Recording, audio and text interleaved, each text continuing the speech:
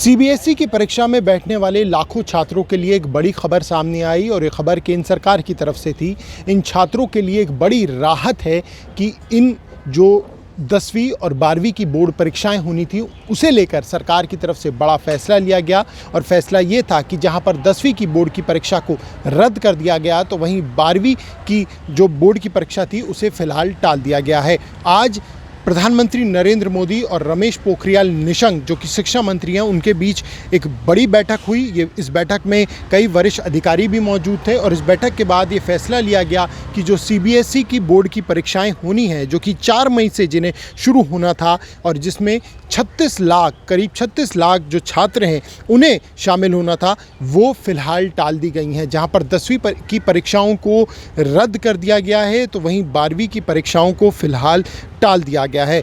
दरअसल जिस तरीके से कोरोना के मामले बढ़ रहे हैं यही वजह है कि इन परीक्षाओं को फ़िलहाल टाला गया है और ये बड़ा फैसला लिया गया है क्योंकि कई राज्य सरकार ये मांग पहले ही कर चुकी थी कि सीबीएसई की परीक्षाओं को रद्द होना चाहिए। ऐसे में इस फैसले के आने के बाद कई जो मुख्यमंत्री हैं उन्होंने इस फैसले का स्वागत भी किया है। दिल्ली के मुख्यमंत्री अरविंद केजरीवाल ने भी इस फैसले का स्वागत किया है। गौरतलब है कि 10वीं की परीक्षाओं को रद्द किया गया है।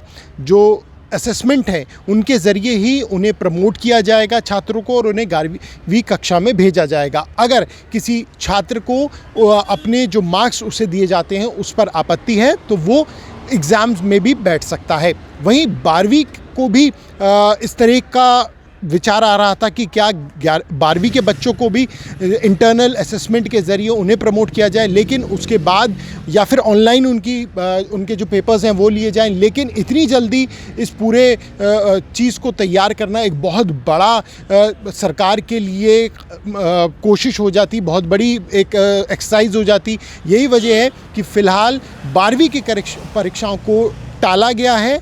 1 जून को इस पूरी स्थिति को लेकर दोबारा असेसमेंट होगा कि क्या स्थिति बेहतर हुई है या नहीं और उसके बाद फिर ये तय किया जाएगा कि आखिर 12वीं की परीक्षाएं कब होंगी। परीक्षाओं का ऐलान कम से कम जो छात्र हैं उन्हें 15 दिन पहले बताया जाएगा ताकि वो अपनी तैयारियों को शुरू कर दें। लेकिन मौजूदा समय में जिस तरीके से मामले बेतहाशा पूरे देश भर में बढ़ रहे हैं उसे देखते हुए सरकार की तरफ से ये बड़ा कदम उठाया गया है। दिल्ली से प्रणय शर्मा की रिपोर्ट।